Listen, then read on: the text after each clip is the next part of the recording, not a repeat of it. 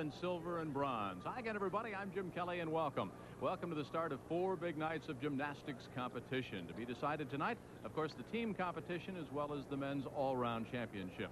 Speaking of all-round champions, a man who's missing his 2 gold medals from Los Angeles needs no introduction, simply the best in the world. This, of course, is Bart Conner. Now, Bart, in your sport, you have the World Championships, the U.S. National Championships. How important, then, does the Olympic Festival become? Well, you know, when this festival was first initiated, it really was not a significant event on the American gymnastics calendar. But in the last few years, it's turned into be a very important event because it gives both our seniors and our juniors an opportunity to compete against each other. Well, talking about those seniors, we have 2 of the best here, certainly of Olympic caliber, Scott Johnson and Dan Hayden. Now, Scott had a terrible competition at the national championships this year, and he's trying to come back. He said he's very ready. Dan Hayden was our second in the national championships, and he's very strong. That'll be the closest competition. We've got some great juniors here as well. Well, the American team is in very much a rebuilding stage, and here's a couple of bright spots, Lance Ringnauld and Dominic Minicucci. So Bart and I will be here as we open up the gymnastics competition. Don't go anywhere. We've also got great diving straight ahead. Here once again, John Neighbor and Phil Boggs. Olympic Festival on ESPN, and we're back live at the summit getting ready for the initial competition, team and men's all-round championships to be decided tonight in men's gymnastics. Along with Bart Conner, 2-time gold medal winner at the Los Angeles Olympic Games, I'm Jim Kelly, and welcome back, everybody. Now, Bart, I would imagine as we're watching the last few seconds of warm-up right now, there's still some nerves in the stomachs of Scotty Johnson and Dan Hayden. They are favored to win the gold. You've been favored to win competitions before. So what kind of pressure as a competitor do you put on yourself? Well, certainly, I think they're both very well prepared, and that is definitely the key to handling this kind of competition. But I have to admit, this type of competition here has been very relaxed. Everybody seems pretty calm and pretty relaxed. I know Scotty Johnson would like to defend his championships here, as he has done so well in the sports festivals in the past few years. He seems to be really keyed for this competition, and coming off such a disastrous national championship where he placed 15th on the national team, where he is usually no lower than 3rd or 4th. He had a rough time. I think he has a little revenge in his attitude here. Well, there's no doubt that the young 25-year-old out of Colorado Springs, there he is definitely psyched up. He came over to our ESPN announce location about 5 minutes ago, and he told Bart, he said, I am really pumped up. I really want to win this thing. Sometimes I guess you can get a little bit too pumped up, though. Well, without a doubt, I think Scotty had such a terrible performance in the championships, and he gave a great quote. He said, you know, I got married just before the championships, and maybe that took away from my concentration. A little distraction, that would do it, wouldn't it? How about the juniors that we talked about at the very top of the telecast? What kind of pressure they're really not expected to do too well? All right, here we go on the vault. This is Dan Hayden. Okay, a very nice vault for Dan. Now, this is an interesting, different type of vault that we're seeing these days. The gymnasts are doing as basically a handspring front vault, but he used one arm push off the horse. Notice here he's got good speed. Now watch, as he reaches towards the horse, he's going to push off with one arm only, which makes the vault very much more difficult, and he has a nice job on the landing. Notice he gets good push off the board, good extension off the horse. It's very difficult to get a good push with only one arm when you're used to using both of them, but you get 0.2 of a point more from the judges for using only one arm in the vault. That was Danny Hayden, 21, out of Amherst, New York. And now we'll swing over and pick up Scotty Johnson, 25, out of Colorado Springs. 5'3", 125 pounds, and power packed.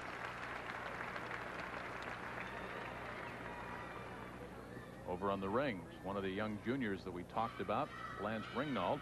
And we talked, I made a little bit of a mistake a couple seconds ago while we're getting ready for the vault. I said they're not expected to do too well in seniors competition, so anything they gain is added experience. Absolutely, and I'm sure that this whole troop of junior gymnasts is going to give all the seniors the run for their money. Lance Ringnauld is very much a bright spot for our junior program. He begins with a plunge. Oh, what trouble. He was going to lower through to a cross. Now he's doing a back lever and a front uprise. So far, he's gotten off to a terrible start in this ring routine. This is probably his weakest event. We'll get a chance to see him in the vault and the high bar and floor exercise later, where he is outstanding.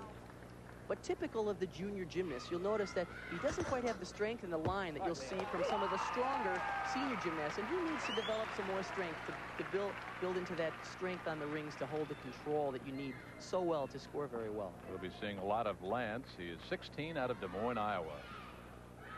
You can see he's a great tumbler because he knows how to flip and twist. That's a beautiful full twisting double back. That's the best part of his exercise right there. Now let's swing on over and pick up Dominic Minicucci on the East team with the floor exercise. Dominic competed in our senior national championships this year, even though he's still eligible only as a junior, but he opted to compete against the big boys. Now, he had a very tough ankle injury earlier this year, and he's had to water his floor exercise routine down. But that was a nice middle pass. He mounted with a double full, and he came back with a nice front tumbling. But look at this work here. Those are flared circles on the floor.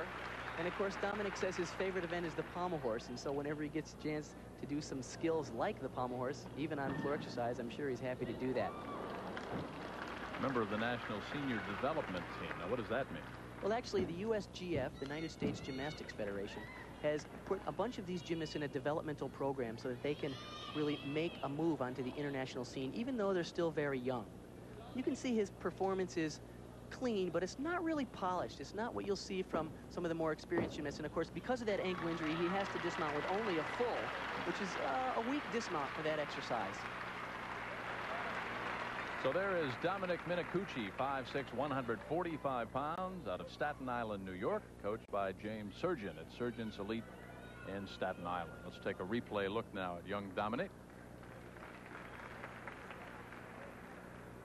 Here he comes on his tumbling run. Round off back handspring. Nice high back flip with a full twist. Now, that won't allow him to score very well because it's not big enough difficulty for an exercise in a championship like this. He's a senior at Susan E. Wagner High School. We'll come back and pick up the scores for Dan Hayden. There is what he did on the vault, a 9.30. Lance Ringnold on the wing got an 8.10. And Dominic Minicucci on the floor exercise. His score coming up. We'll return Bart Connor and much more from the Olympic Festival here in Houston and rejoin Jim Simpson and Leandra Riley. But first, this time out. Join you. And now let's go to gymnastics and Jim Kelly and Bart Connor. And back at the summit here in Houston, Texas. That was Scott Wilbanks on the vault representing the South team.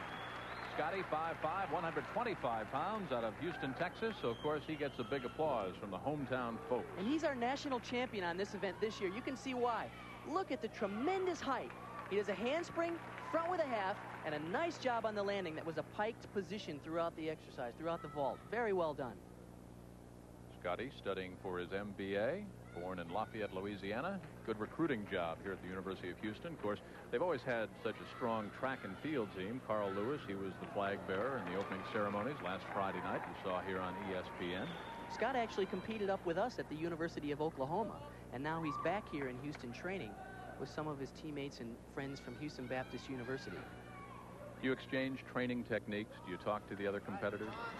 Oh, without a doubt, we have an opportunity to spend a lot of time together because David St. Pierre of the West team. The West team is favored to take the title tonight. He is 5'5", 118 pounds, out of Culver City, California, and goes to UCLA. David is a very promising young gymnast. In fact, one of my good friends, Peter Vidmar from the '84 Olympic team, thinks that David could be one of our strongest talents for the next couple of years. He has nice line in this giant swing and a very high full twisting double back. And he does a great job on the landing. Now a young man who trains with the San Antonio Gymnastics School. His favorite event is the vault and the floor exercise. Welcome Mark Steves out of San Antonio, Texas. Mark is competing for the University of Oklahoma right now. He's a very strong gymnast. His best events, of course, are floor exercise and vaulting, as he's quite a tumbler. But he does very well here on the rings.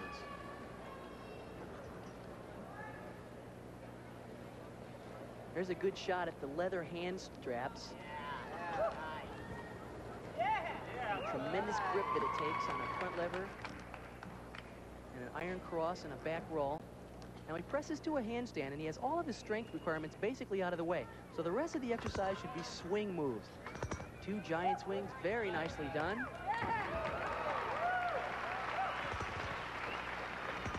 And a laid out double back. Very clean exercise. Bart, you always wonder, because there are 4 events going on simultaneously, if you're distracted by the performances of others.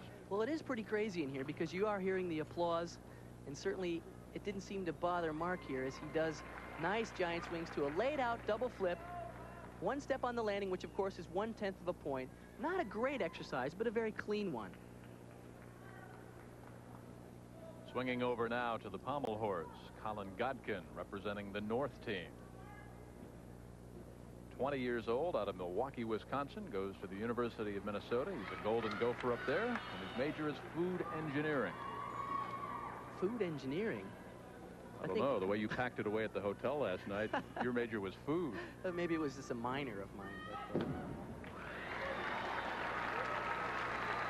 Colin was with us in the Soviet Union. He was an alternate member of the Goodwill Games team for the U.S., and he did have an opportunity to perform in one of the exhibitions with the Soviet athletes.